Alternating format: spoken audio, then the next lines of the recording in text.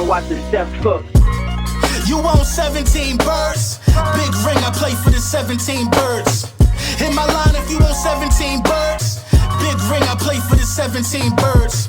I know a guy if you own 17 birds. Big ring, I play for the 17 birds.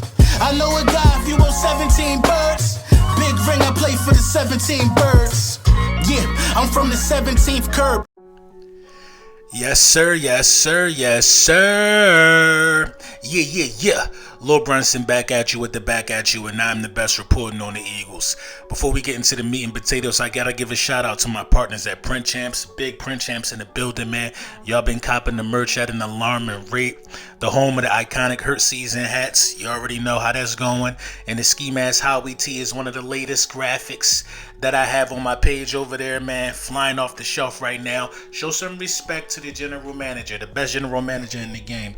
Listen, man, there's not a lot of fan bases, and I've talked about this before, that has the luxury of making merchandise for a general manager. Howie Roseman did his thing in his draft, and without further ado, let's give our, comprehensive, breakdown or whatever you want to call it of the events that took place over this weekend for the Philadelphia Eagles in the 2023 draft. So we already knew we was coming into this thing in a favorable position to get a guy that could, be somewhat of a cornerstone or somebody that could stick around for 10 years in the organization. Howie Roseman just executed a beautiful strategy in a masterclass like no other, man. This draft, in my opinion, could be better than last year's draft. And that draft I gave an A+ to. Jalen Carter falling to us, trading up to get your guy. Howie Roseman has done that a lot over the last couple of drafts. So just to, add Jalen Carter and what he brings to the table to an already stacked defensive line, a defensive interior, to add a Jalen Carter to a team that led the league in sacks last year. After you lost Javon Hargrave, you replace him with Jalen Carter. I can't say this enough. And you still have Jordan Davis. You still have Milton Williams. You still have a lot of interior bull rushers that were able to help let the guys on the edge eat. So Jalen Carter coming to the Philadelphia Eagles is something that I wanted the whole time. I even said that the Philadelphia Eagles would trade up to make this work, because in this business, you got to understand this, man. Knowing your team is key, man. You could want all the things you want, but you got to really understand what your team going to do. It makes no sense in a lot of ways to lobby for things that just don't fit the way your general manager move. Now I can see we had a new general manager, and there would be a lot of endless possibilities, but I never really thought the Bijan Robinson thing was going to work with so many dynamic defensive tackles on the board. You know what I mean? And we were in range to get one, so that was just a monstrous move. And then the way Nolan Smith fell to us at 30. Come on, man. This Georgia Bulldog Philadelphia Eagle connection is getting kind of out of hand for real, man, because these Georgia Bulldogs are winning national championships and people are just overlooking them in the draft. I don't get it. A Georgia Bulldog went number 1 last year, and we were able to get Jordan Davis as well. But, these Georgia Bulldog defensive linemen are forces to be reckoned with, and it's all over tape, man. It's all over tape. So getting Nolan Smith, who a lot of people were comping as a Hassan Reddick 2.0, some people were even, saying that, he reminded them of Micah Parsons coming off the edge. I think he got to get a little bit stronger, in my opinion, but that was, a great pickup as well. Nolan Smith coming off the edge to an already defensive line. We talked about this, that led the league in sacks. Is just ridiculous and a total testament of to what Howie Roseman truly wants to do.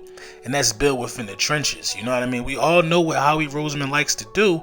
So there's really no need in getting yourself worked up and thinking something else is going to happen with this much talent on the board in the trenches. And that brings me to Tyler Steen. The first 3 picks were the trenches. This is Howie Roseman we're talking about here. Tyler Steen, great hands, great feet. A guy that's going to transition to the guard position. We just lost Isaac Seumalo. I think he went to Pittsburgh or something like that. Tyler Steen can fill that void, can get to the next level. It's a little work to be there. It's a little work done to be there, but he's going to Stoutland University. Stoutland hopped on the phone, was happy to hear from him. It's this. If Stoutland wants a guy, who are we to say anything bad about him? That's the best offensive line coach in the National Football League. coaching the best offensive line in the National Football League. If this is the guy Stoutland want, then this is the guy that I want. It's as simple as that. You know what I mean? After looking at the tape, I can see why they want him. He finishes his blocks. He finishes plays. You know what I mean? It's hard once he gets his hands on you, real strong hands, keeps his feet in the dirt. So, it's not easy to move this guy. You know what I mean? I really like the way he approaches the game. He got a bit of a nasty streak to him, and we need that in Stoutland University. You know what I mean? That pick really, really made sense to me. And then you go get Sidney Brown with the 66th pick in this draft. Sidney Brown is a true safety, probably the first true safety taken off the board. A lot of people wanted Brian Branch, but Brian Branch is more of a nickel safety combination. Sidney Brown is a true safety, man. I see so many things when I look at Sidney Brown's tape. You know what I mean? I don't hate throwing stuff out there like that, but I see a little Troy Polamalu. I see a guy who can run with running backs, a guy that can run with tight ends. You know what I mean? This fills a major void that we have. You picked up Terrell Edmonds. Reed Blankenship is there. You know what I mean? Kayvon Wallace probably going to be designated to a special teamer for the rest of his career in the Philadelphia Eagles uniform at least, even if he makes the cut this year. I don't see it this year for him, but that's a story for another day. Sidney Brown definitely fills a void. Definitely fills a much-needed void. I like how he plays around the box. He had 6 picks, and he's coming from Illinois, man. They was stacked with defensive back potential over there. You know what I mean? A couple of those defensive backs went off the board, and this guy was pretty much the signal caller and the catalyst for the reason why a lot of things happened good over there. You know what I mean? As far as the defensive back room go. When you look at these guys, man, all these guys got a story and they're directly linked to something. I mean, Jalen Carter, national champion. You know what that's about. Nolan Smith, national champion. You know what that's about. Tyler Steen, you really can't have a Tyler Steen without a Jahmyr Gibbs over there. A lot of those runs that Jahmyr Gibbs were sprung for, were at the helm of Tyler Steen doing magnificent blocking at the second level. And then you go to Sidney Brown, the connection with those Illinois guys, and Weatherspoon going top 5 in the draft at the cornerback position. And he's the one calling the plays. Like Howie Roseman really picked guys who were linked to greatness. You know what I mean? And that's what you got to do if you want to be great. And then we trade up. We go and get Keely Ringo, another Georgia Bulldog that's linked to greatness. A lot of people got a lot of things to say about this one. A lot of people are mainly, the opposition and haters. A lot of people want to throw out there that he's trash, this, that, and the third. I just don't see trash when I see him. I see a guy that's going to learn the game. I see a guy that's going to compete for playing time because you still got Slay and Bradbury. You know what I mean? I see a guy that got an edge to him that want to be great. You know what I mean? And I see a guy that could potentially play safety as well. So, I really like the Keely Ringo pickup. Probably one of the best cornerbacks in the league. He was a number 4 guy. I'm one of the best cornerbacks coming out of this draft. I wouldn't be surprised if he ends up being that. He was a number 4 recruit out of high school, number 4 in the nation. You know what I mean? Only 20 years old, I believe. I'm happy with that pickup, man. You needed cornerback competition because him, Greedy, and some other guys, they got to compete for time, man. And it is what it is in that regard. Tanner McKee, nothing more than a camp arm. Kind of linked to Jalen Hurts, if I'm not mistaken. I think Jalen Hurts recruited him. A lot of people are, giving him a Nate Sudfeld comp. That's fair, you know what I mean? Just somebody to throw the ball around and probably compete for a practice squad quarterback position. I like it. You know what I mean? I like it. You needed a quarterback. I guess it makes sense. Then you cap this draft off with what? The trenches. Moro Ajomo, defensive tackle out of Texas. You know what I mean? Was good enough to be drafted in the 7th round. I don't know much about him, but I will tell you this, man. You start with what you love and you end with what you love in terms of Howie Roseman. Finish this thing off in the trenches. So, in a nutshell, from the selections that we picked, it's easily an A. Easily an A. Just Jalen Carter and Nolan Smith alone give you an A. But at the same time, it's like, what's the real vision for the draft picks? You know what I mean? How many of these guys are going to step in and start immediately?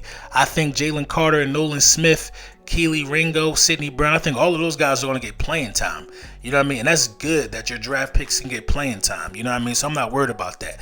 But, one of the biggest things of this weekend was, acquiring Deandre Swift. Now, once you acquired Deandre Swift, you took the whole weekend to another level. And when you talk about just the draft picks alone, you're like, damn, man, these guys really hit on some really good guys that's linked to greatness. But DeAndre Swift tells me that the Philadelphia Eagles offense is going to slightly look different under the Brian Johnson era in terms of offensive coordinating. It's going to look different. You can't have a running back like DeAndre Swift and not throw the ball to him if you don't want to get the maximum out of him, if that makes any sense. He's a great, full, complimentary running back. You know what I mean? He's a full running back, can do everything. You know what I mean? And that is what the Philadelphia Eagles haven't had in a very long time. A healthy DeAndre Swift is probably the best all-around back that the Philadelphia Eagles have had since Shady McCoy, in my opinion. Since Shady McCoy, he's the best all-around back. So, that was a huge splash in the weekend, if you ask me. That was a huge splash in the weekend. Howie Roseman is not playing.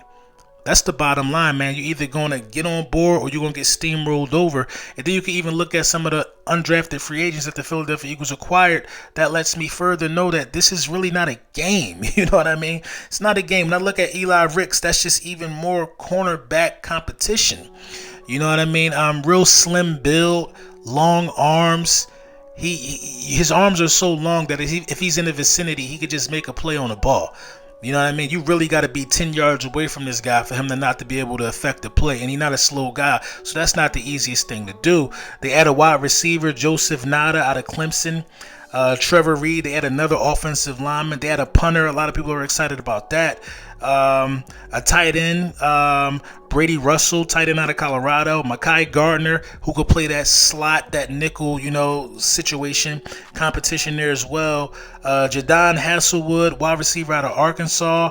You know what I mean? Competition in the wide receiver room. And another offensive lineman. The Philadelphia Eagles are doing their job. They're doing their job. This reminds me of when the New England Patriots lost to the Philadelphia Eagles in Super Bowl 52. They had to go back to the drawing board, refocus. Then they came back and won the next year. I'm never a guy that's going to say Super Bowl. I know how hard it is to get there. We've been blessed to be there twice in the last 5 years. You know what I mean? I'm never going to say that. But this is when you re-sign a quarterback like Jalen Hurts, who that's all he wants is to win. When you bring these other great players around a guy that just want to win, who did nothing but win at the collegiate level in terms of these Georgia Bulldogs, you put these Georgia Bulldogs around Super Bowl champions like Fletcher Cox and Brandon Graham. You know what I mean? Listen, man, Aaron Rodgers is out of the division. We got the best quarterback in the conference. The only thing that could really go wrong at this point in my eyes is the injury bug being just harmful to us and just biting us. That's the only thing I can see, man. Everything else, in my opinion, looking like food. It's looking like food, if you ask me, man. And Howie Roseman got an A+ for sure. I didn't really keep too much tabs on what the division did. I know the division kept tabs on what we did. We won a conference, for God's sakes. You got to look up. Let's be for real about this, man. But, I guess some roundtables will come down the pipe and we'll all discuss what the division did. But by far, I think the Philadelphia Eagles had the best draft weekend out of any team in the National Football League. And I watched all 3 rounds. You know what I mean? They had the best draft weekend. So, I'm excited. I'm ecstatic. I can't wait to see rookie training camp. I can't wait to see all of these things transpire, man. If you want to win Super Bowls, you got to be competitive. You got to be competitive. If you want to play in Super Bowls, you want to win Super Bowls, you want to be in championship games, you got to be competitive. A lot of these guys seem to forget that. Of course, we know you don't hoist the Lombardi, by drafting good. But when you draft the quality of players that the Philadelphia Eagles drafted just now, already coming to a roster that's already stacked. Come on, man. We building something special here, man. Let me know what y'all think in the comments, though.